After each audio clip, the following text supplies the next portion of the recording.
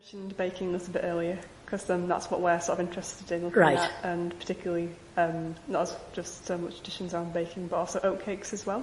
Oatcakes, yes. Right, okay. So what would you understand an oatcake to be? Right. I have made oatcakes because my oatcakes, this is a sign of the times, and this is where we've gone wrong. My oatcakes would have sugar in them and Right, would okay. be eaten with butter on, and they would be lovely. But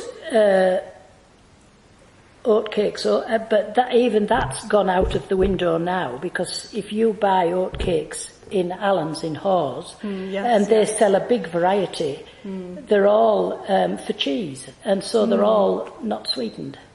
You know, but I would say through the 50s, well, I don't know how much longer ago, but 40s, 50s, well, 50s, 60s, 70s, we were putting sugar in and making them sweet and butter on, and they were absolutely lovely. But I wouldn't do that now, because I would think I was getting too much sugar. And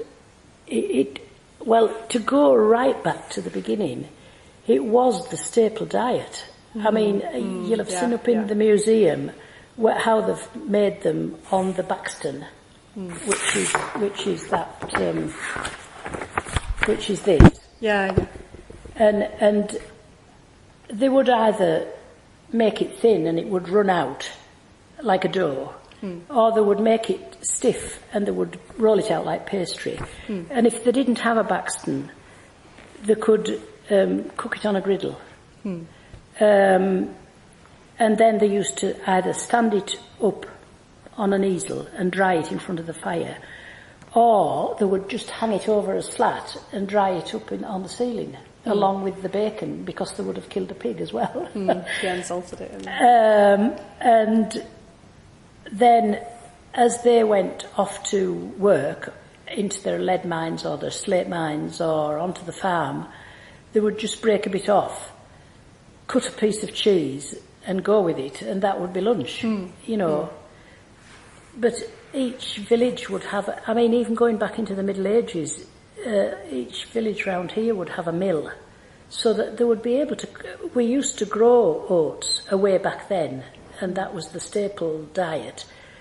But I don't think, we haven't grown oats for any of the 1900s, any of the 20th century, I don't think. I've never seen anybody really grow crops like that, because the soil isn't deep enough to plough, and it's too stony, and it's too cold, and it wouldn't ripen. But oats, if you had to grow them to live, then obviously they've done that, haven't they? You know. I don't know where I am now, but it does display very well up there at the museum how everything works, because they would have these sort of shovel affairs, and they would, because they were fairly big things, they would just slip underneath, and they might have had two, put them together, and then they could turn things over quite easily. So they'd just throw it onto the big stone from there? Yeah, and light a little fire underneath, and then the stone on top would be the right temperature.